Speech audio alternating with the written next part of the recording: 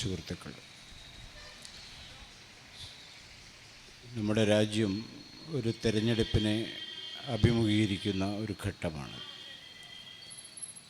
കഴിഞ്ഞ 2 ദിവസമായി തൃശ്ശൂർ പാർലമെൻറ്റ് നിയോജക മണ്ഡലത്തിൻ്റെ വിവിധ ഭാഗങ്ങളിൽ തിരഞ്ഞെടുപ്പുമായി ബന്ധപ്പെട്ട കാര്യങ്ങളും ഇന്ത്യ എന്ന ജനാധിപത്യ രാജ്യം നേരിടുന്ന വെല്ലുവിളികളെ സംബന്ധിച്ചും ബഹുജനങ്ങൾക്കിടയിൽ പ്രചാരണം നടത്തി വന്ന ജാഥയാണ് ഇന്നിവിടെ സമാപിക്കുന്നത്. ഇന്നലെ ഞങ്ങൾ നടത്തിയ ജാഥയിൽ ഒരു കേൾവിക്കാരൻ ഞങ്ങളോട് തന്നെ പറഞ്ഞൊരു കാര്യം, സാധാരണ നിലക്ക് രാഷ്ട്രീയ പാർട്ടികൾ വന്ന് മറ്റുള്ള പാർട്ടികളെ കുറ്റം പറയുന്നതിനപ്പുറത്തേക്ക് നമ്മുടെ രാജ്യം നേരിടുന്ന പ്രശ്നങ്ങൾ എന്ത് എന്ന് പലപ്പോഴും പറയാറില്ല. അതുകൊണ്ട് അവരുടെ പ്രസംഗങ്ങൾ കേട്ടു നിന്നാൽ നമ്മൾ യഥാർത്ഥത്തിൽ നേരിടുന്ന കാര്യം എന്താണെന്ന് ഞങ്ങൾക്കൊട്ടും മനസ്സിലാകാറുമില്ല. നിങ്ങളുടെ വിശദീകരണം, ഇവിടെ നടന്ന വിശദീകരണം കേട്ടപ്പോഴാണ് നമ്മുടെ രാജ്യം ഇത്രയും ഗുരുതരമായ ഒരു പ്രതിസന്ധിയെ അഭിമുഖീകരിക്കുകയാണ് എന്ന് പോലും ഞങ്ങൾക്ക് ബോധ്യപ്പെടുന്നത് എന്ന് ഒരു കേൾവിക്കാരൻ ഞങ്ങളോട് തന്നെ പറയുകയുണ്ടായി.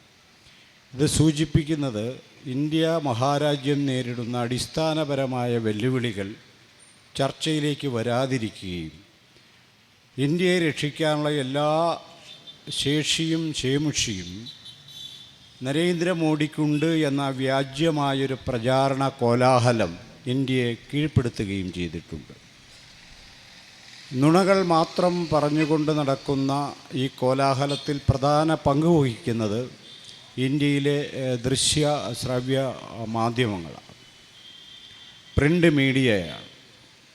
മീഡിയയിൽ ഒരിക്കൽ പോലും ഗൗരവമുള്ളൊരു രാഷ്ട്രീയ ചോദ്യം ഉയർന്നു വരുന്നില്ല എന്ന് മാത്രമല്ല, മിക്കവാറും എല്ലാ പത്രങ്ങളും മാധ്യമങ്ങളും മോഡിയുടെയും കൂട്ടരുടെയും വാഴ്ത്തുപാട്ടുകാരായി മാറ്റപ്പെട്ടിട്ടുണ്ട്. കോടികൾ മുടക്കി ഇന്ത്യയിലെ പ്രാമാണികമായ പല മാധ്യമ സ്ഥാപനങ്ങളും വിലക്കെടുക്കുവാനും സംഘപരിവാറിന് കഴിഞ്ഞിട്ടുണ്ട്. അങ്ങനെ മാധ്യമങ്ങളുടെ പിന്തുണയോടെ വ്യാപകമായി നടക്കുന്ന നുണപ്രചാരണത്തിൽ വോട്ടർമാർ കുടുങ്ങിപ്പോകുന്ന ഒരു സാഹചര്യമാണ് ഇപ്പോൾ ഇന്ത്യയിലുള്ളത്. അതുകൊണ്ട് തന്നെ അവർക്കിടയിൽ വസ്തുതകൾ നിരത്തുവാനും എന്താണ് രാജ്യം നേരിടുന്ന പ്രശ്നങ്ങളെന്ന് പറയുവാനും ഉത്തരവാദിത്വ ബോധമുള്ള പൗരന്മാർക്ക് ബാധ്യതയുണ്ട്. ആ ബാധ്യതയാണ് സേവ് ഇന്ത്യ മൂവ്മെൻറ്റ് യഥാർത്ഥത്തിൽ ഏറ്റെടുത്തിരിക്കുന്നത്. ഈ കാമ്പയിനിൽ ഞങ്ങൾ ഉന്നയിക്കുന്ന പ്രധാനപ്പെട്ട മുദ്രാവാക്യം ജനാധിപത്യ ഇന്ത്യയെ തകർക്കുന്ന BJPക്ക് വോട്ടില്ല എന്നതാണ്. BJPക്ക് വോട്ട് ചെയ്യരുത് എന്നത് കേവലമായി പ്രചരിപ്പിക്കുന്ന ഒരു കാര്യമല്ല. എന്തുകൊണ്ടാണ് അവർക്ക് വോട്ട് നമ്മൾ ചെയ്യരുതാത്തത് എന്നതിൻ്റെ വസ്തുതാപരമായ വിവരങ്ങളാണ് ബഹുജനങ്ങൾക്ക് മുന്നിൽ ഞങ്ങൾ വയ്ക്കുന്നത്. അതിലേറ്റവും പ്രധാനപ്പെട്ടൊരു കാര്യം, ജനാധിപത്യ ഇന്ത്യയുടെ നിലനിൽപ്പിന് സംഘപരിവാർ ശക്തികളും BJPയും ഒരു ഭീഷണിയായി മാറിയിരിക്കുന്നു എന്നതാണ്. കഴിഞ്ഞ 10 വർഷമായി ഇന്ത്യ ഭരിച്ച് യഥാർത്ഥത്തിൽ ജനാധിപത്യ ഇന്ത്യയുടെ നിലനിൽപ്പിനെ തകർക്കുന്ന തരത്തിലുള്ള തീരുമാനങ്ങൾ കൈക്കൊള്ളുകയും നടപ്പിലാക്കുകയും ചെയ്യുക എന്ന ദൗത്യമാണ് മോഡി ഗവൺമെൻറ് ചെയ്തുകൊണ്ടിരിക്കുന്നത്. ഇത് ഞങ്ങൾ വെറുതെ പ്രചാരണത്തിന് വേണ്ടി പറയുന്നൊരു കാര്യമല്ല. വസ്തുതകളുടെ അടിസ്ഥാനത്തിൽ കാര്യങ്ങൾ നമുക്ക് വിശദീകരിക്കാൻ പറ്റും. ഇപ്പോൾ പുതിയ കേരളം മോഡിയുടെ വാഗ്ദാനമാണെന്നാണ് ഇവിടുത്തെ BJP സ്ഥാനാർത്ഥിയുടെ പോസ്റ്ററുകളിലെല്ലാം കാണുന്നത്. അങ്ങനെ വാഗ്ദാനങ്ങളുടെ ഒരു പെരുമഴ വീണ്ടും സൃഷ്ടിച്ചുകൊണ്ടാണ് ഈ തെരഞ്ഞെടുപ്പിനെ നേരിടുന്നത്. മോഡിയുടെ ഗ്യാരണ്ടിയാണെന്നായിരുന്നു ആദ്യത്തെ പ്രചാരണം. ആരാണ് ഈ മോഡി എന്ന് എനിക്ക് മനസ്സിലായില്ല. ഇന്ത്യയിലെ 140 കോടി ജനവിഭാഗങ്ങൾക്ക് ഗ്യാരണ്ടി കൊടുക്കാൻ മോഡിയുടെ തറവാട്ടുവകയൊന്നുമല്ല ഇന്ത്യ എന്നത്. ഇന്ത്യൻ പ്രധാനമന്ത്രി വാഗ്ദാനം ചെയ്യുന്നു എന്ന് പറഞ്ഞാൽ ഞങ്ങൾക്ക് മനസ്സിലാകും. ഇന്ത്യയിലെ BJP നേതാക്കൾ വാഗ്ദാനം ചെയ്യുന്നു എന്ന് പറഞ്ഞാൽ ഞങ്ങൾക്ക് മനസ്സിലാവും.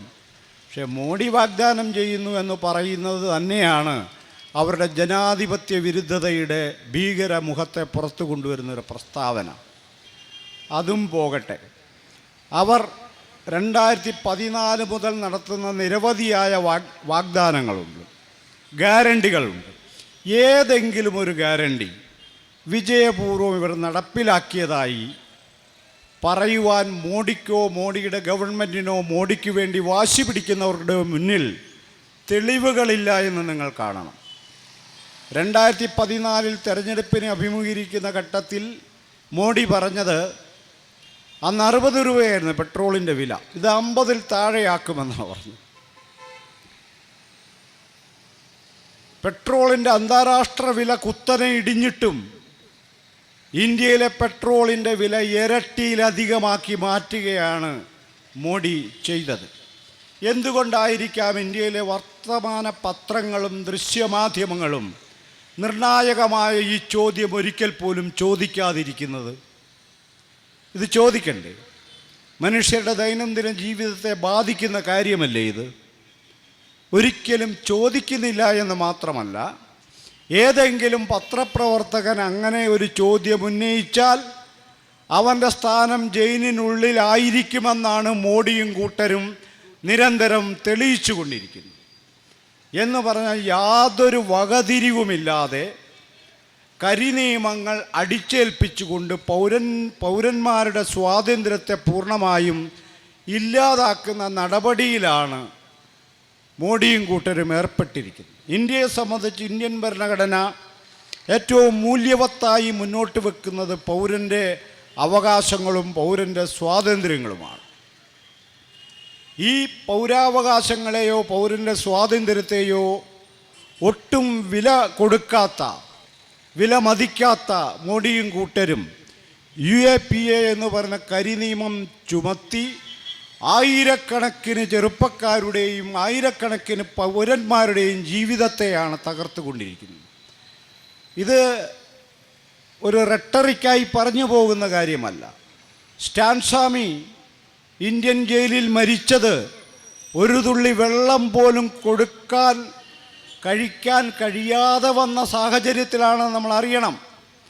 ഏതാണ്ട് 70 വയസ്സ് കഴിഞ്ഞ ആ വൃദ്ധൻ, ഇന്ത്യയിലെ ആദിവാസികൾക്കിടയിൽ പ്രവർത്തിക്കുന്ന ആ വൃദ്ധൻ, കലാപവും വിപ്ലവവും ഉണ്ടാക്കാൻ പരിശ്രമിക്കുന്നു എന്ന വ്യാജ്യമായ പ്രചാരണം നടത്തി അദ്ദേഹത്തെ ജയിലിലിട്ട് അദ്ദേഹത്തിന് നേരിട്ട് വെള്ളം കുടിക്കുവാൻ പ്രാപ്തിയില്ലാത്തത് ഒരു സ്ട്രോ അനുവദിക്കണമെന്ന് പറഞ്ഞിട്ട് അത് കൊടുക്കാൻ പോലും കഴിയാത്ത ഒരു രാജ്യമായി ഇന്ത്യ അധപതിച്ചിരിക്കുന്നു എന്ന് നമ്മൾ കാണണം. ഇന്നലെയാണ് തടവിലാക്കപ്പെട്ട ഒരു അധ്യാപകൻ പുറത്തു വന്നത്, സായിബാബ. 4 കൊല്ലമാണ് അകത്ത് കിടന്നത്. UAPA എന്ന് പറഞ്ഞ കരിനിയമം ചുമത്തി 4 കൊല്ലം അകത്ത് കിടന്നിട്ട് ഇപ്പോൾ കോടതി പറഞ്ഞൊരു കാര്യം, സായിബാബ ഒരു കുറ്റവും ചെയ്തിട്ടില്ല എന്നാണ്. ഒരു കുറ്റവും ചെയ്യാത്ത സായിബാബയുടെ 4 വർഷം ഇരുട്ടറയിൽ തള്ളുന്നതാണ് ഇന്ത്യ എന്ന് പറയുന്ന സംഗതി.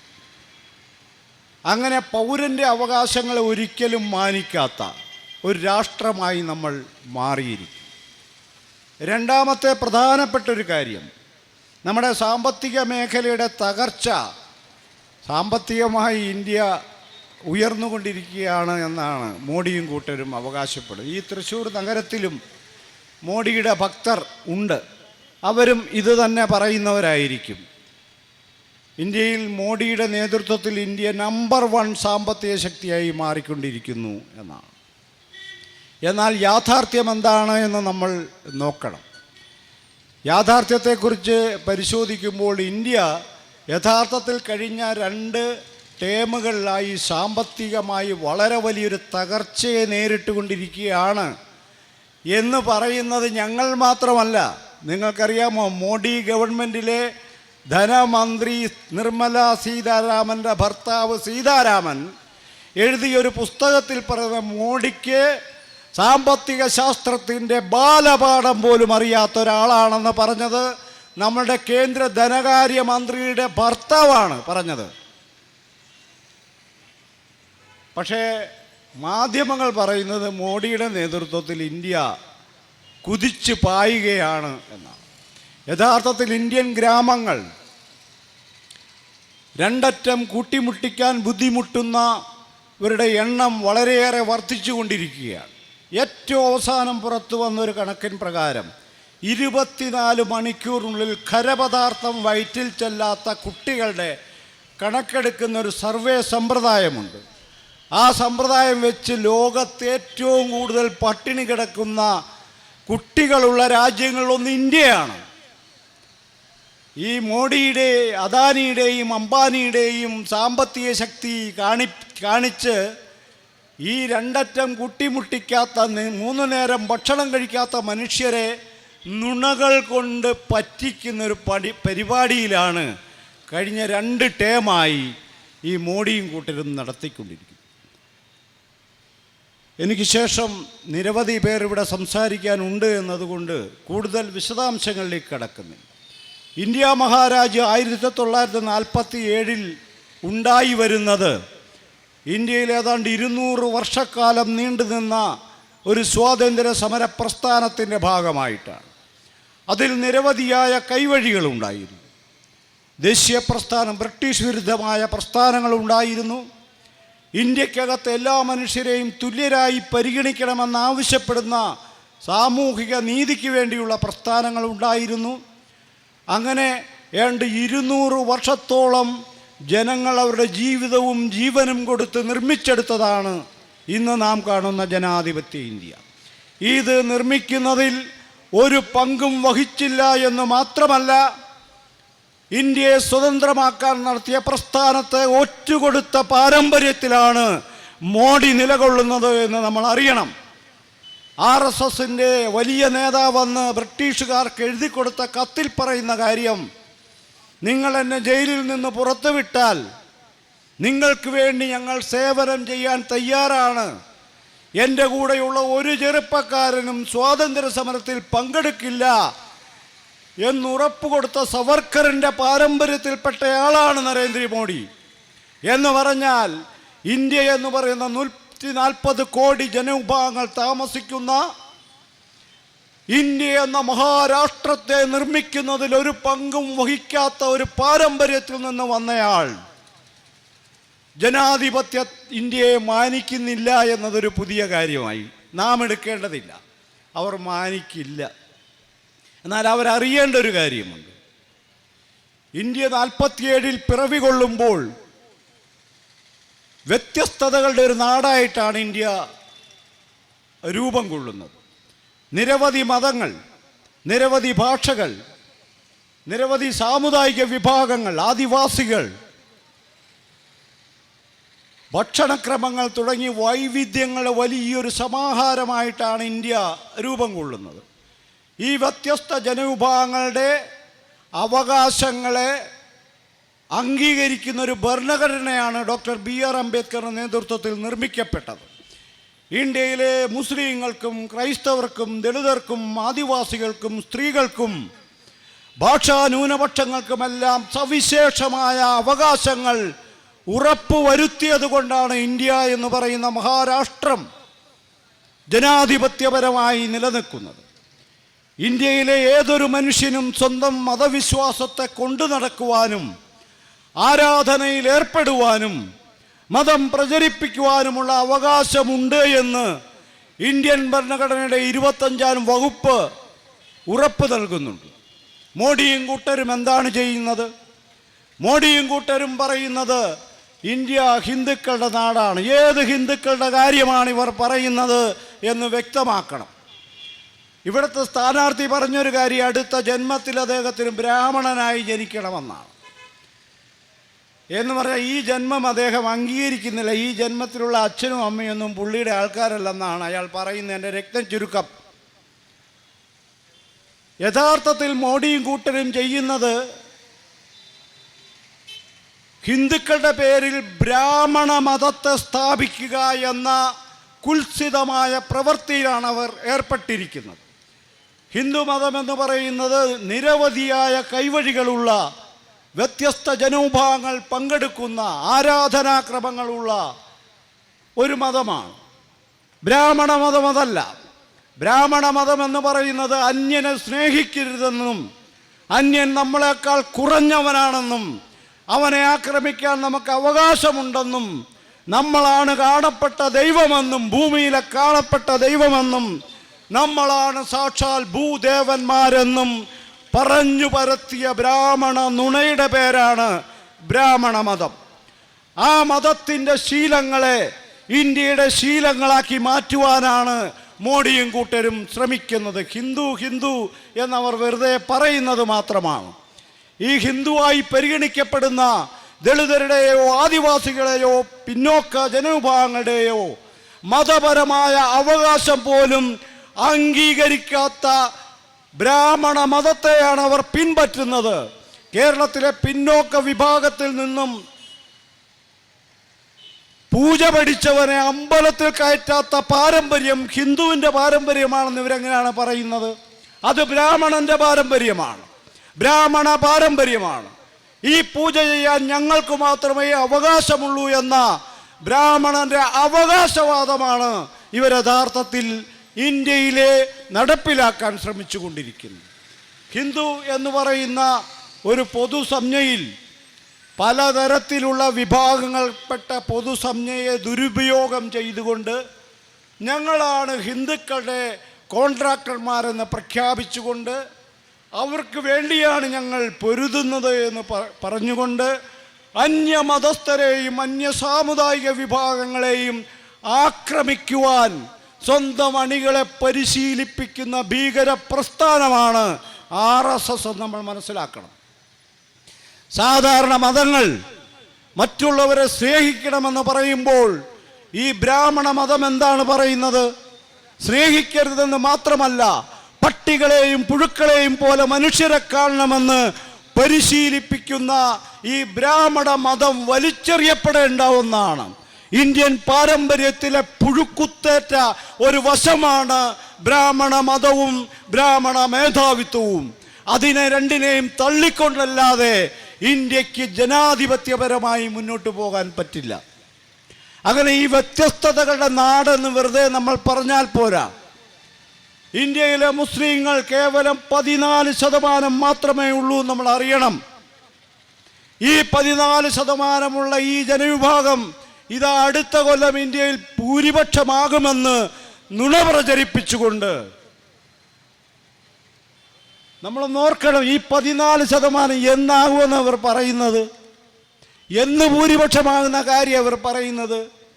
യുക്തിക്ക് നിരക്കാതെ ഈ 14-15 വരുന്ന ഈ ജനവിഭാഗ ന്യൂനപക്ഷ വിഭാഗങ്ങൾ ഇന്ത്യയിൽ ഭൂരിപക്ഷമായി ഇന്ത്യയെ പിടിച്ചെടുക്കുമത്രേ. ഈ സംഘപരിവാർ മന്ദബുദ്ധികൾ ഇന്ത്യ മുഴുവൻ പ്രചരിപ്പിക്കുന്ന ഒരു കാര്യമാണിത്. സ്ഥിരബുദ്ധിയുള്ള ഒരു മനുഷ്യനും അംഗീകരിക്കാൻ പറ്റാത്ത കാര്യമാണ്. അത് സംഭവിക്കുന്ന ഒരു കാര്യം പോലുമല്ല. മാത്രവുമല്ല, ഇന്ത്യ നേരിടുന്ന മുഴുവൻ പ്രശ്നങ്ങളുടെയും കാരണക്കാർ ഈ 14% വരുന്ന മുസ്ലിങ്ങളാണ് എന്ന് വ്യാപകമായി പ്രചരിപ്പിച്ചുകൊണ്ട് 2002 മുതൽ ആസൂത്രിതമായ കലാപങ്ങൾ, ഏതാണ്ട് 130ഓളം കലാപങ്ങളാണ് 2002 ശേഷം നടന്നത്. അതിനു മുൻപ് 500 വർഷത്തിലധികം പഴക്കമുള്ള മുസ്ലിങ്ങളുടെ പരിപാവനമായ ആരാധനാ കേന്ദ്രമായിരുന്ന ബാബറി മസ്ജിദിലേക്ക് ഇരച്ചു കയറിക്കൊണ്ട് ഗുണ്ടാപ്പടകൾ, RSSന്റെയും BJPയുടെയും ഗുണ്ടാപ്പടകൾ, LK അദ്വാനിയുടെയും ജോഷിയുടെയും നേതൃത്വത്തിൽ ബാബറി മസ്ജിദിലേക്ക് ഇരച്ചു കയറിക്കൊണ്ട് തല്ലിത്തകർത്ത ഭീകരമായ കാഴ്ചയ്ക്ക് നമ്മൾ സാക്ഷ്യം വഹിച്ചു. ആരെ രക്ഷിക്കാൻ വേണ്ടിയാണ് ഇവർ ബാബറി മസ്ജിദ് തല്ലിത്തകർത്തത്? ഒറ്റ കാര്യമേ ഉള്ളൂ സുഹൃത്തുക്കളെ.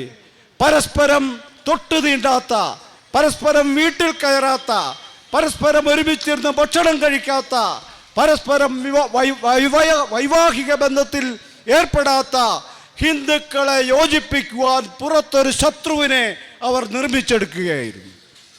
അത് വ്യാപകമായി ഇപ്പോൾ ഇന്ത്യയിലെമ്പാടും നിരവധി കലാപങ്ങളിലൂടെ നടന്നു വരും. മുസ്ലിങ്ങൾ മാത്രമല്ല, ക്രൈസ്തവരും, കേരളത്തിലെ ക്രൈസ്തവ സഭാ മേലധ്യക്ഷന്മാർ തിരിച്ചും മറിച്ചുമൊക്കെ കാര്യങ്ങൾ പറയുന്നുണ്ടെങ്കിലും അവർ സമചിത്തതയോടെ കാര്യങ്ങൾ ആലോചിക്കണം.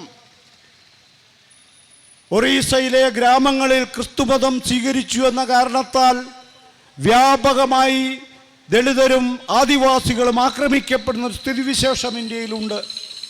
ഏറ്റവും അവസാനം പുറത്തു വന്ന മണിപ്പൂരിലെ കഥ നമുക്കറിയാം. ഏതൊരാളുടെയും ഹൃദയം തകർക്കുന്ന കാഴ്ചയ്ക്കാണ് നമ്മൾ സാക്ഷ്യം വഹിച്ചത്. സ്ത്രീകളെ നഗ്നരായി പരേഡ് നടത്തിക്കുക. ഏത് ഹിന്ദുവിൻ്റെ കാര്യമാണ് ഈ നരേന്ദ്രമോദി പറയുന്നത്? സ്ത്രീകളെ ബലം പ്രയോഗിച്ച് തുണിയഴിച്ച് തുണിയില്ലാതെ പരസ്യമായി റോട്ടിലൂടെ നടത്തുന്നതാണോ ഹിന്ദു ധർമ്മമെന്ന് പറയുന്നത്? മാത്രവുമല്ല, രണ്ട് ഗോത്ര വിഭാഗങ്ങൾ തമ്മിലുള്ള യുദ്ധത്തിൽ വോട്ട് കൂടുതൽ കിട്ടുമോ എന്ന് പരീക്ഷിച്ചുകൊണ്ട് കഴിഞ്ഞ ഏപ്രിൽ 7 ആരംഭിച്ച കലാപം ഇപ്പോഴും മണിപ്പൂരിൽ അവസാനിച്ചിട്ടില്ല എന്ന് ഓർക്കണം. 28 ലക്ഷം ജനങ്ങൾ മാത്രം താമസിക്കുന്ന മണിപ്പൂർ എന്ന് പറയുന്ന ചെറിയ സംസ്ഥാനത്ത് 140 കോടി ജനങ്ങളെ റെഗുലേറ്റ് ചെയ്യുവാനുള്ള ഭരണ സംവിധാനവും പട്ടാളവും പോലീസും നിയമവുമുള്ള ഇന്ത്യക്കകത്ത് ഈ 28 ലക്ഷം ജനവിഭാഗങ്ങളെ നിയന്ത്രിക്കാൻ കഴിഞ്ഞില്ല എന്ന് വേണമെങ്കിൽ ചാണാൻ തിന്നുന്നവരത് വിശ്വസിക്കും. ഞങ്ങൾക്കത് വിശ്വസിക്കേണ്ട കാര്യമില്ല. അക്കാര്യത്തിൽ രാഷ്ട്രീയ നേട്ടം ലക്ഷ്യം വെച്ചുകൊണ്ടാണ് മോഡി പ്രവർത്തിക്കുന്നത് എന്നത് ഏറ്റവും ഹീനമായ ഒരു കാര്യമാണ്. എന്ന് പറഞ്ഞാൽ ഇന്ത്യയിലെ ഇതര മതസ്ഥരെ മുഴുവനും ഇവിടെ നിന്നും കെട്ടുകെട്ടിക്കണമെന്നുള്ള സവർക്കറുടെ വാദത്തെയാണ് അവർ സ്ഥാപിക്കുന്നത്. മുസ്ലിം ആയാലും കൊള്ളാം, ക്രിസ്ത്യാനി ആയാലും കൊള്ളാം, അവരെ കെട്ടുകെട്ടിക്കുക എന്നത് അവരുടെ പ്രഖ്യാപിത നയമാണ്. ബലത്തിൽ വ്യത്യസ്ത മതങ്ങളിൽ വിശ്വസിക്കുവാനുള്ള ഇന്ത്യക്കാരുടെ ഒരു അവകാശത്തെ, മൗലികമായ ഒരവകാശത്തെയാണ് ഇവർ തകർത്തുകൊണ്ടിരിക്കുന്നത്. അതുകൊണ്ട് സാമൂഹിക സുരക്ഷ എന്നത് നമുക്ക് അജ്ഞാതമായിരിക്കുന്നു. ഇവിടെ യോഗി ആദിത്യനാഥ് ബുൾഡോസർ ഇറക്കി ഒരു ദിവസം രാവിലെ അയാൾക്ക് അങ്ങ് വെളിപാടുണ്ടാവുക. നിയമം ലംഘിച്ചിരിക്കുന്നു എന്നൊരു പൊതുപ്രസ്താവന നടത്തുന്നു. പുറകെ ബുൾഡോസർ വരുന്നു, കുറേ വീടുകളും കടകളും ഇടിച്ച് നിരപ്പാക്കുന്നു. പിന്നീട് അന്വേഷിക്കുമ്പോൾ അതെല്ലാം തന്നെ മുസ്ലിങ്ങളുടേതായിരിക്കും.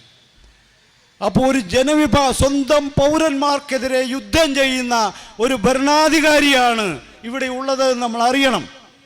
സ്വന്തം ജനതയ്ക്കെതിരെ, ഇന്ത്യയിലെ മുസ്ലിങ്ങൾ ഇന്ത്യൻ പൗരന്മാരാണ്, അവർക്കെതിരെ യുദ്ധം ചെയ്യുന്ന ഒരു ഭരണാധികാരികളാണ് ഇന്നിപ്പോൾ ഇന്ത്യ ഭരിച്ചുകൊണ്ടിരിക്കുന്നത്. അപ്പോൾ ഇവിടെ മത്സരിക്കുന്ന മാന്യൻ, തൃശ്ശൂരിൽ മത്സരിക്കുന്ന മാന്യൻ പറയുന്നത് ഞങ്ങൾ കേരളത്തിലും ബുൾഡോസർ ഇറക്കുമെന്ന്. അതങ്ങ് കയ്യിലിരിക്കുകയുള്ളൂ.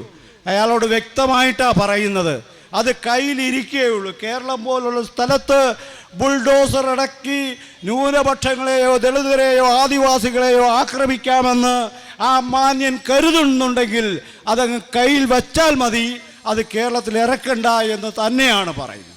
ഞങ്ങൾ ഈ യോഗങ്ങൾ നടത്തുന്നത് ഇയാൾ ഇവിടെ നിന്നെങ്ങാൻ ജയിച്ചു പോയെങ്കിലോ എന്ന് പേടിച്ചിട്ടൊന്നുമല്ല. അയാൾ ജയിക്കില്ല, ഞങ്ങൾക്ക് 100% ഉറപ്പാണ്. അയാൾ ജയിക്കില്ലെന്ന് മാത്രമല്ല, കേരളത്തിലെ 20 സീറ്റിലും BJP ഒരു സീറ്റ് പോലും പിടിക്കില്ല എന്ന് ഞങ്ങൾക്ക് ഉറപ്പുണ്ട്. പക്ഷേ അവർ വോട്ട് കിട്ടാൻ പാടില്ല. എന്തുകൊണ്ടെന്നാൽ നമ്മൾ കൊടുക്കുന്ന ഓരോ വോട്ടും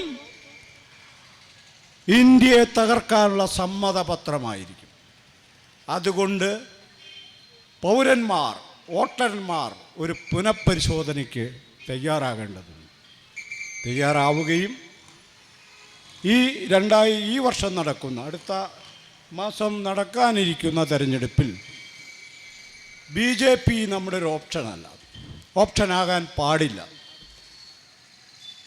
BJPക്ക് വോട്ട് ചെയ്താൽ അത് നമ്മുടെ തന്നെ നിലനിൽപ്പിനെ തകർക്കുന്ന ഒരു കാര്യമായി മനുഷ്യാന്തസ്സിലും മനുഷ്യ സ്വാതന്ത്ര്യത്തിലും വിശ്വസിക്കുന്നവർ മനസ്സിലാക്കേണ്ടതുണ്ട്. അതിൻ്റെ അടിസ്ഥാനത്തിൽ വിവേകപൂർവമായ തീരുമാനമെടുക്കാൻ വോട്ടർമാർ തയ്യാറാവണം എന്നാണ് ഞങ്ങൾ നിങ്ങളോട് അഭ്യർത്ഥിക്കുന്നത്. പിന്നെ ഞങ്ങൾ ആർക്ക് വോട്ട് ചെയ്യണമെന്നൊരു ചോദ്യം നിങ്ങൾ തീർച്ചയായും ഉന്നയിക്കാം. പൗരപ്രസ്ഥാനത്തെ സംബന്ധിച്ചിടത്തോളം, സേവ് ഇന്ത്യ മൂവ്മെൻറ്റിനെ സംബന്ധിച്ചിടത്തോളം ഏതെങ്കിലും മുന്നണിക്ക് വോട്ട് പിടിച്ചു കൊടുക്കൽ ഇതിൻ്റെ ഒരു ദൗത്യമോ ലക്ഷ്യമോ അല്ല. BJPക്ക് വോട്ട് കൊടുക്കരുത് എന്നുള്ളതാണ് നമ്മുടെ പ്രധാനപ്പെട്ട ഒരു കാര്യം. BJP നമ്മുടെ മുന്നിൽ ഒരു ഓപ്ഷനായിക്കൂടാ. BJPക്ക് ഒരു വോട്ട് പോലും കൂടുതൽ കിട്ടിക്കൂടാ. ഇതാണ് നമ്മൾ പ്രധാനമായും പറയുന്നൊരു കാര്യം. ആ നിലക്കുള്ള ഒരു വിവേകപൂർവമായ ഒരു തീരുമാനം നിങ്ങൾ എടുക്കേണ്ടത്. ഏറ്റവും അവസാനമായി ഒരു കാര്യം കൂടി പറഞ്ഞുകൊണ്ട് ഞാൻ അവസാനിപ്പിക്കാം. ഇന്ത്യക്കകത്ത് ജയ് ശ്രീറാം വിളിച്ചില്ലെങ്കിൽ ആക്രമിക്കുന്ന ഒരു സ്ഥിതിവിശേഷം, ജയ് ശ്രീറാം എന്ന് ബലം പ്രയോഗിച്ച് വിളിപ്പിക്കുന്ന ഒരു സ്ഥിതിവിശേഷം ഇന്ത്യക്കകത്തുണ്ട്. നമ്മളെ സംബന്ധിച്ചിട്ട് നമ്മൾ പറഞ്ഞത്, ശ്രീരാമനെ പൂജിക്കുന്നവർക്ക്, ശ്രീരാമൻ ദൈവമാണെന്ന് കരുതുന്നവർക്ക് ശ്രീരാമനെ പൂജിക്കുന്നത് നമുക്കാർക്കും എതിർപ്പൊന്നുമില്ല, അവർക്ക് പൂജിക്കാം. ഇന്ത്യ എന്ന് പറയുന്ന വിസ്തൃതമായ സ്ഥലത്ത് വൃക്ഷങ്ങളെയും പാറകളെയും യോനി, ലിംഗം തുടങ്ങിയ എല്ലാം പൂജാവസ്തുക്കളാണ്. അവിടെ രാമൻ പൂജാവസ്തുവാകുന്നതിൽ വലിയ അതിശയപ്പെടേണ്ട കാര്യമൊന്നുമില്ല. രാമൻ ദൈവമാണെന്ന് വിചാരിക്കുന്നവർക്ക് രാമനെ പൂജിക്കാം, അവർക്ക് അമ്പലവും പണിയാം. പക്ഷേ ആ പണി ഇന്ത്യൻ പ്രധാനമന്ത്രി ഏറ്റെടുക്കരുത് എന്ന് പൗരന്മാരെന്ന നിലയിൽ നമുക്ക് അഭിപ്രായമുണ്ട്. എന്തുകൊണ്ടെന്നാൽ ഇന്ത്യ ഒരു മതേതര രാജ്യമാണ് എന്നതാണ്. ഇന്ത്യ ഒരു മതേതര രാജ്യമായതുകൊണ്ട് തന്നെ ഇന്ത്യൻ ഭരണാധികാരികൾ ഏതെങ്കിലും ഒരു മതത്തിൻ്റെ വക്താക്കളായി മാറാൻ പാടില്ല. അതുകൊണ്ട് മോഡി തന്നെ പൂജാരിയാകുക, മോഡി തന്നെ ബിംബം സ്ഥാപിക്കുക, മോഡി തന്നെ ജയ് ശ്രീറാം വിളിക്കുക, ബാക്കിയുള്ളവരെ കൊണ്ട് വിളിപ്പിക്കുക, വിളിക്കാത്തവരെല്ലാം ഇന്ത്യ വിരുദ്ധരാണെന്ന് പറയുക, അങ്ങനെ പറയുക മാത്രമല്ല അവരെ പിടിച്ച് അകത്തിടുക തുടങ്ങിയ കാര്യങ്ങളാണ് ഇവർ ചെയ്തു വരുന്നത്. ഞാൻ എന്തായാലും ഈ പറയുന്ന രാമൻ്റെ ഭക്തനല്ല, രാമഭക്തനല്ല. അതിൻ്റെ ഒരു കാരണം എന്താണെന്ന് ചോദിച്ചാൽ, രാമൻ ദൈവമായിരിക്കാൻ യോഗ്യനായ ഒരാളാണെന്ന് ഞാൻ കരുതുന്നില്ല. അത് വാൽമീകി രാമായണത്തിലെ രാമനെക്കുറിച്ച് തന്നെയാണ് പറയുന്നത്, അല്ലാണ്ട് ഞാൻ എഴുതിയുണ്ടാക്കിയ രാമനെക്കുറിച്ചല്ല പറഞ്ഞത്. വാൽമീകി രാമായണത്തിൽ പറയുന്ന രാമൻ, അയോധ്യ വാഴുന്ന രാമൻ ബ്രാഹ്മണ സേവകൻ മാത്രമായിരുന്നു എന്ന് ആവർത്തിച്ച് രാമൻ തന്നെ പറയുന്നുണ്ട്. അതോടൊപ്പം ഈ പറയുന്ന വാൽമീകിയും പറഞ്ഞു പോകുന്നു. അപ്പം അതുകൊണ്ട് രാമായണത്തിൽ രാമൻ ഉയർത്തിപ്പിടിക്കുന്ന ധാർമ്മികത അത് സ്ത്രീവിരുദ്ധവും സീതയ്ക്കെതിരായ ധാർമ്മികതയാണ് അദ്ദേഹം ഉയർത്തിപ്പിടിച്ചത്. കൂടുതൽ കാര്യങ്ങളൊന്നും പറയേണ്ടതില്ല. ശംഭുകൻ അവിടെ തപസ് ചെയ്തു. വിജ്ഞാനമാണ് വലിയ കാര്യമെന്നൊക്കെ ഇവരെ ഈ വാചകടിക്കാറുള്ള ഈ സംഘപരിവാർ ശക്തികൾ, വിജ്ഞാനമാണ് ഏറ്റവും വലുത് എന്നൊക്കെ പറയാറുണ്ട്. അന്ന് വിജ്ഞാനത്തിന് വേണ്ടി കഠിന തപസ് അനുഷ്ഠിച്ച ശംഭുകനെ രാമൻ എന്താ ചെയ്തത്? തലയറുത്ത് മാറ്റുകയാണ് ചെയ്തത്. വേറെ ഒന്നും മിനിമമാണ് ചെയ്യുന്നത്. അയാളോട് അവിടെ ചെന്ന് തർക്കിച്ച് തോപ്പിക്കുകയല്ല ചെയ്തത്. മാത്രവുമല്ല, അദ്ദേഹത്തോട് ചെന്നിട്ട് നിങ്ങൾ എന്ത് വിജ്ഞാനത്തിലാണ് ഇടപെടുന്നതൊന്നും ചോദിച്ചില്ല. നീ ഏത് യോനിയിലാണ് ജനിച്ചത് എന്നാണ്. പാപയോനിയിലാണ് ജനിച്ചത് എന്ന് പറഞ്ഞാൽ പിന്നോക്കക്കാരനാണ്, ശൂദ്രനാണ് എന്നാണ് അതിൻ്റെ അർത്ഥം. അങ്ങനെയാണെങ്കിൽ ജാതി നിയമമനുസരിച്ച് നിനക്ക് ബ്രഹ്മജ്ഞാനം വിധിച്ചിട്ടില്ല, നിൻ്റെ തല ഞാൻ അറുത്തിരിക്കുന്നു. ബ്രാഹ്മണർക്കും ഗോക്കൾക്കും വേണ്ടിയാണ് ഞാൻ ഈ ധീരകൃത്യം ചെയ്തതെന്നാണ് രാമൻ പറയുന്നത്. അത്രയും വലിയൊരു ധീരനെ ഞങ്ങൾക്ക് എന്തായാലും വേണ്ട എന്നതാണ് ജനാധിപത്യ ഇന്ത്യയിൽ ജീവിക്കുന്ന പൗരന്മാർ പറയുന്നത്. ഇവിടെ ഏതു മനുഷ്യനും വിജ്ഞാനിയാകുവാനും ഏതു മനുഷ്യനും ജ്ഞാനാന്വേഷണം നടത്തുവാനുമുള്ള അവകാശമുണ്ട്. അതിൻ്റെ തീറ് ബ്രാഹ്മണർക്ക് മാത്രം ആരും എഴുതി കൊടുത്തിട്ടില്ല. അതുകൊണ്ടാണ് ഞാൻ ആദ്യം പറഞ്ഞത്, ഹിന്ദു എന്ന മറവിൽ ബ്രാഹ്മണ രാജ്യം സ്ഥാപിക്കാനും ബ്രാഹ്മണ പുസ്തകങ്ങൾ മുന്നോട്ട് വെച്ചിട്ടുള്ള ധാർമ്മികതയെ ഉയർത്തിപ്പിടിക്കാനുമാണ് ഇവർ പരിശ്രമിക്കുന്നത്. സീതയെ ഗർഭിണിയായ സീതയെ കാട്ടിൽ കൊണ്ട് ഉപേക്ഷിച്ച മാന്യനാണല്ലോ രാമൻ.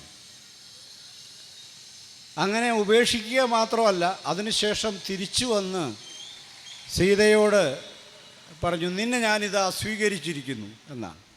അനേകം അഗ്നി പരീക്ഷണങ്ങളിലൂടെയാണ് കടന്നു വരുന്നത്. അതായത് സീത ഗർഭിണിയാണ്, അത് കരക്കാരോ പറഞ്ഞത്ര അത് രാമൻ്റെതല്ലെന്ന്, ഇത്രേ കാരണമുള്ളൂ. അതിനുവേണ്ടി അഗ്നി പരീക്ഷ നടത്തേണ്ടി വരുമോ സീതയ്ക്ക്? അത്രയും മാന്യനായി പുള്ളി. ഈ അഗ്നി പരീക്ഷ നടത്തിയിട്ട് ഏറ്റവും അവസാനം സീതയെ 2 കൈ നീട്ടി രാമൻ സ്വീകരിക്കുന്നുണ്ട് രാമായണത്തിൽ.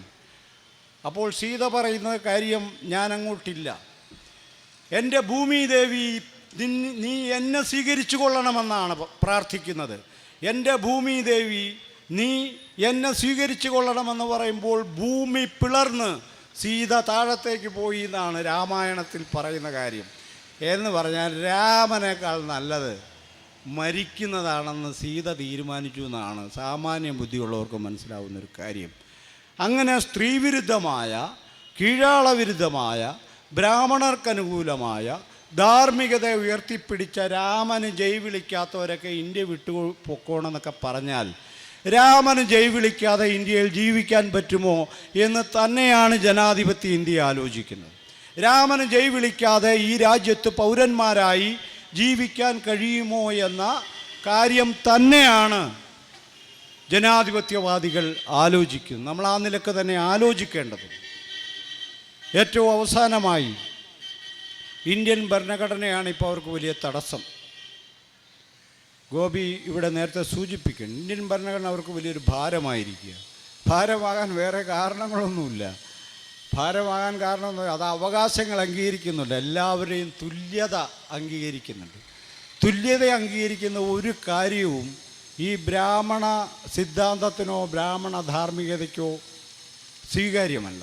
അതുകൊണ്ട് അവർ ഭരണഘടനയുടെ തിരുത്തലുകളിലാണ് ഏർപ്പെട്ടുകൊണ്ടിരിക്കുന്നത്. ഒരു പ്രാവശ്യമല്ല, ഈ 10 വർഷത്തിനിടയ്ക്ക് നിർണായകമായ തിരുത്തൽ. ആദ്യം സംവരണം മുതൽ തുടങ്ങി ഏറ്റവും അവസാനം ഇന്ത്യൻ പീനൽ കോഡ് വരെ തിരുത്തുന്നതിൽ കാര്യങ്ങൾ എത്തിയിരിക്കുക. എന്ന് പറഞ്ഞാൽ ഇന്ത്യ രാഷ്ട്രത്തിൻ്റെ അടിസ്ഥാനപരമായ ഘടനയെ തകർക്കുകയും ഇന്ത്യൻ ഭരണഘടന മുന്നോട്ട് വെച്ച ധാർമ്മിക മൂല്യത്തെ ചതച്ചരയ്ക്കുകയും മനുസ്മൃതിയായിരിക്കണം നമ്മുടെ വഴികാട്ടി എന്ന് പറയുകയും ചെയ്യുന്ന വിധം ജനാധിപത്യ ഇന്ത്യക്ക് വലിയ ഭീഷണിയാണ് സംഘപരിവാർ ശക്തികളും BJPയും ഉണ്ടാക്കിക്കൊണ്ടിരിക്കുന്നത്. അതുകൊണ്ട് നമുക്ക് സമാധാനത്തോടെ ജീവിക്കണമെങ്കിൽ, നമ്മുടെ ഗ്രാമങ്ങളിലെ ജനങ്ങൾക്ക് അത്യാവശ്യ വരുമാനം കിട്ടണമെങ്കിൽ 2 കോടി പേർക്ക് തൊഴിൽ കൊടുക്കുമെന്നാണ് മോഡി പറഞ്ഞത്. എത്ര കോടി കൊടുത്തെന്ന് മോഡിക്ക് പോലും അറിയത്തില്ല. ഒന്നും കൊടുത്തില്ല സുഹൃത്തുക്കളെ, ഒന്നും കൊടുത്തിട്ടില്ല. വളരെ ഭീകരമായ സ്ഥിതിയാണ് നമ്മുടേത്. 2 കോടി തൊഴിൽ കൊടുക്കുമെന്ന് പറഞ്ഞിട്ട് കൊടുത്തിട്ടില്ല എന്ന് മാത്രമല്ല, നമ്മുടെ യുവാക്കൾ മുഴുവനും അനധികൃതമായും അധികൃതമായും വിദേശത്തേക്ക് കടന്നു പോവുക, ജീവിക്കാൻ വേറെ നിവൃത്തിയില്ലാതായി. മോഡിയുടെ ഇന്ത്യ അത്രയും വലിയ ഇന്ത്യയാണ്. ഈ ചെറുപ്പക്കാർ മുഴുവൻ വിദേശത്ത് പോകുന്നത് എന്തിനാണ് എന്നൊരു ചോദ്യം നമ്മുടെ മുന്നിൽ. ഇന്ത്യൻ വിദ്യാർത്ഥികൾ ഇന്ത്യൻ ക്യാമ്പസുകളിൽ പഠിക്കാൻ ആഗ്രഹിക്കുന്നില്ല. അവർ വ്യാപകമായി വിദേശത്ത് പോയി പഠിക്കും. എന്തിനാണ് വിദേശത്ത് പോകുന്നത്? ഇവിടെ പഠിച്ചാൽ പോയി. അപ്പോൾ ഈ പുതുതലമുറയ്ക്കൊട്ടും സ്വീകാര്യമല്ലാത്ത എന്തൊക്കെയോ കാര്യങ്ങളാണ് ഇന്ത്യയിൽ നടക്കുന്നത് എന്നത് വളരെ വ്യക്തമാണ്. ഇവിടെ ഈ നുണകളിൽ അഭിരമിച്ച് മോഡിയുടെ വാഴ്ത്തുപാട്ടുകാർ പറയുന്നതല്ല ഇന്ത്യ മോഡിയുടെ കീഴിൽ അനുഭവിക്കുന്ന പ്രതിസന്ധി, ഇന്ത്യൻ ജനാധിപത്യം നേരിടുന്ന പ്രതിസന്ധി. ആ നിലക്ക് വളരെ ഗൗരവമായി വിവേകപൂർവം ഒരു തീരുമാനമെടുക്കണം. ഞങ്ങൾ പറയുന്നത് മാത്രമല്ല, മുൻ ജമ്മു കാശ്മീർ ഗവർണർ പറഞ്ഞൊരു കാര്യം, പുൽവാമ വെടിവെപ്പിൽ മോഡി അദ്ദേഹത്തോട് പറഞ്ഞത് ഒരക്ഷരം പുറത്ത് പറഞ്ഞു പോകരുതെന്നാണ്. പുള്ളി അന്ന് മോഡി ഭയങ്കര ശാസ്ത്രജ്ഞനാണല്ലോ, എല്ലാം അറിയാവുന്ന ആളാണ്. അദ്ദേഹം പറഞ്ഞൊരു കാര്യം, കാർമേഘമുള്ളപ്പോൾ പോയി ബോംബിടാവുള്ളതെന്ന് ഞാൻ പ്രത്യേക ഇൻസ്ട്രക്ഷൻ പട്ടാളത്തിന് കൊടുത്തിട്ടുണ്ട്. കാർമേഘം ഉണ്ടെങ്കിലുള്ള ഗുണം എന്നാന്ന് ചോദിച്ചാൽ റഡാറുകൾ പിടിക്കില്ല അത്രേ. എന്നാ പോട്ടനാന്ന് എനിക്കറിയത്തില്ല. റഡാറുകൾക്ക് ഈ പറഞ്ഞതൊന്നും ബാധകമായ കാര്യമല്ല. പക്ഷേ അങ്ങനെയൊക്കെ പറയുന്ന അന്ന് അദ്ദേഹം ഈ ജമ്മു കാശ്മീർ ഗവർണറോട് പറഞ്ഞത് ഈ കാര്യങ്ങളൊന്നും പുറത്ത് പറയരുത്. അദ്ദേഹം ഇപ്പോൾ പറയുന്ന ഒരു പ്രധാനപ്പെട്ട ഒരു സംഗതി, ഇന്ത്യക്കാരോട് എനിക്കൊരു കാര്യം പറയാനുണ്ട്. നിങ്ങൾ ഇപ്രാവശ്യം BJPക്ക് വോട്ട് ചെയ്യും. എന്തുകൊണ്ടെന്നാൽ അങ്ങനെ ചെയ്താൽ പിന്നെ നിങ്ങൾക്ക് വോട്ട് ചെയ്യേണ്ടി വരില്ല. ആണ് പറയുന്നത്. പിന്നെ നിങ്ങൾ വോട്ട് ചെയ്യേണ്ടി വരില്ല. ഒരു സർവാധിപത്യത്തിലേക്ക് ഇന്ത്യ വളരെ പെട്ടെന്ന് മാറും. ഇതാണ് പറഞ്ഞ കാര്യം. അത് നമ്മൾ ചെവി കൊടുക്കേണ്ട ഒരു സംഗതി. മുൻ കരസേനാ മേധാവി വിക്രം സിംഗ് ഈ 2 ദിവസം മുമ്പ് ഒരു പ്രസ്താവന ഇറക്കി. അദ്ദേഹം പറഞ്ഞൊരു കാര്യം, ഇന്ന് ഭരിക്കുന്നവരൊരു കാര്യം മനസ്സിലാക്കിക്കോണം, 2014 ഇന്ത്യൻ പട്ടാളം ഉണ്ടായെന്നാണ്. എന്നറിയാം, പട്ടാളത്തിന് വിജയം ഉണ്ടായാൽ അത് മോഡിയുടെ വിജയം, റോക്കറ്റ് ലക്ഷ്യസ്ഥാനത്തെത്തിയാൽ അത് മോഡിയുടെ വിജയം, ക്രിക്കറ്റിൽ ജയിച്ചാൽ പോലും മോഡിയുടെ വിജയമാണെന്ന് വിചാരിക്കുന്ന വിധം മന്ദബുദ്ധികളുടെ വലിയൊരു നിരയെ സൃഷ്ടിക്കാൻ അതെല്ലാ ഫാസിസ്റ്റ് കാലത്തും അതുണ്ടായിട്ടുണ്ട്. ഇതിനേക്കാളൊക്കെ വലിയ അവകാശവാദം പറഞ്ഞ ആൾക്കാരാണ് ഹിറ്റ്ലറും മുസോളിനിയൊക്കെ. അതോടെ നിൽക്കട്ടെ. അങ്ങനെ പറയുന്ന ഘട്ടത്തിലാണ് വിക്രം സിംഗ് പറയുന്നത്, നിങ്ങൾ വെറുതെ പട്ടാള വിജയത്തെ നിങ്ങളുടെ വോട്ട് രാഷ്ട്രീയത്തിലേക്ക് വലിച്ചുഴക്കരുത്. 2014 ഇന്ത്യൻ പട്ടാളം ഉണ്ടായത്. 2014 മുമ്പിൽ ഞങ്ങൾ വളയുമിട്ട് വീട്ടിലിരിക്കുകയായിരുന്നില്ല. 1947 മുതൽ ഇന്ത്യ മഹാരാജ്യത്തെ സംരക്ഷിക്കുവാൻ ജീവൻ കൊടുത്തും ജീവിതം കൊടുത്തും പെരുമാറുന്ന ഒരു സൈന്യമാണ് ഇന്ത്യക്കുള്ളത് എന്ന് പറഞ്ഞത് മുൻ കരസേനാ മേധാവിയാണ്. ഇതൊന്നും നമ്മുടെ വർത്തമാന പത്രങ്ങൾ നമ്മൾ കാണുന്നില്ല, കേൾക്കുന്നില്ല. അതുകൊണ്ട് ഈ പറയുന്ന നുണകളിൽ അഭിരമിക്കാതെ വിവേകപൂർവകമായ തീരുമാനമെടുത്തുകൊണ്ട് ഇപ്രാവശ്യം BJP അധികാരത്തിൽ നിന്ന് പുറത്താക്കാനുള്ള ഒരു സാധ്യത ദേശീയമായി ഉയർന്നു വന്നിട്ടുണ്ട്. അത് ഇന്ത്യ മുന്നണി എന്ന് പറയുന്ന സഖ്യമാണ്. പല സംസ്ഥാനങ്ങളിലും വിജയകരമായൊരു സഖ്യം രൂപപ്പെട്ടുകൊണ്ടിരിക്കുകയും ചെയ്യുന്നുണ്ട്. BJP അധികാരത്തിൽ നിന്ന് പുറത്താക്കിയില്ലെങ്കിൽ ജനാധിപത്യ ഇന്ത്യയുടെ പൂർണ്ണമായ തകർച്ചയ്ക്കായിരിക്കും നമ്മൾ സാക്ഷ്യം വഹിക്കുക.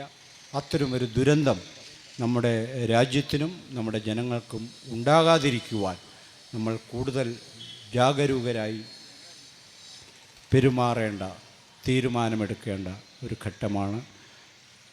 ഈ നാട്ടിലെ പ്രബുദ്ധരായ വോട്ടർമാർ അത്തരമൊരു പുനഃപരിശോധനയ്ക്കും തീരുമാനത്തിനും തയ്യാറാകണമെന്ന് മാത്രം അഭ്യർത്ഥിച്ചുകൊണ്ട് സേവ് ഇന്ത്യ ക്യാമ്പയിൻ കമ്മിറ്റി കഴിഞ്ഞ 2 ദിവസമായി നടത്തിവരുന്ന പ്രചാരണ ജാഥയുടെ ഈ സമാപന സമ്മേളനം നിങ്ങളുടെ എല്ലാവരുടെയും അനുവാദത്തോടുകൂടി ഉദ്ഘാടനം ചെയ്ത് അറിയിക്കുന്നു. നന്ദി, നമസ്കാരം.